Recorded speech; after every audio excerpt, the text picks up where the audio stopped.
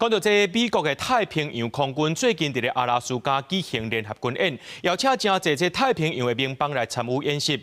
官方公开相片内面，头一届看到台湾用观察员的身份来参与，而且代表台湾出席的就是现任空军司令部飞混部指挥官吴嘉兴。有学者认为讲，这也显示台美军事交流变更较密切啦。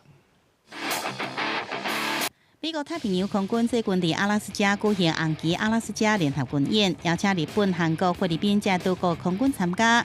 然后官方公布相片内底，头一摆显示台湾也参加。各国军方高层伫美军战机头前，大家斗阵翕相。其中画面上倒边无穿军服的，就是代表咱国出席的空军司令部飞混部指挥官吴嘉兴。美军官方网站说明，伊是以观察员身份参加。根据了解，吴嘉兴小将不担任驻美军事团的武官，也伫美国接受 F-16飞行训练，甲美方的互动良好。原来即摆咱国参演美方的演习，真罕的公开，学者认为讲，凸显台美军事交流更加紧密。其实我们过去这种演习多多少少都会参加，那可能只是因为双方基于默契等等原则都没有公开。那现在美方罕见的就是公开默契，这个达到某一个程度。那另外一方面，可能美方他有刻意有一些政治用意，表示说这台美双方的这个军事合作逐渐的紧密。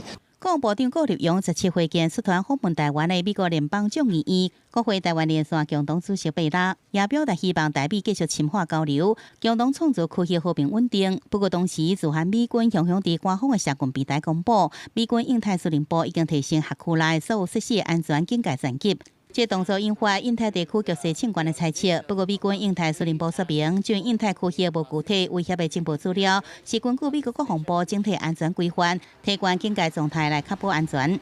I think we should expect that the opening salvo in any conflict with a peer adversary, it's going to be aimed at our infrastructure. And our installations here in the homeland will not be exempt from such attacks. In fact, the first shots are already being fired in the form of cyber attacks, UAS incursions. 美军陆战队负责军事设施甲后勤的副司令斯卡伦卡伫联邦参议院听证会表示，美中对抗之下，印太区域永远是重点的战区。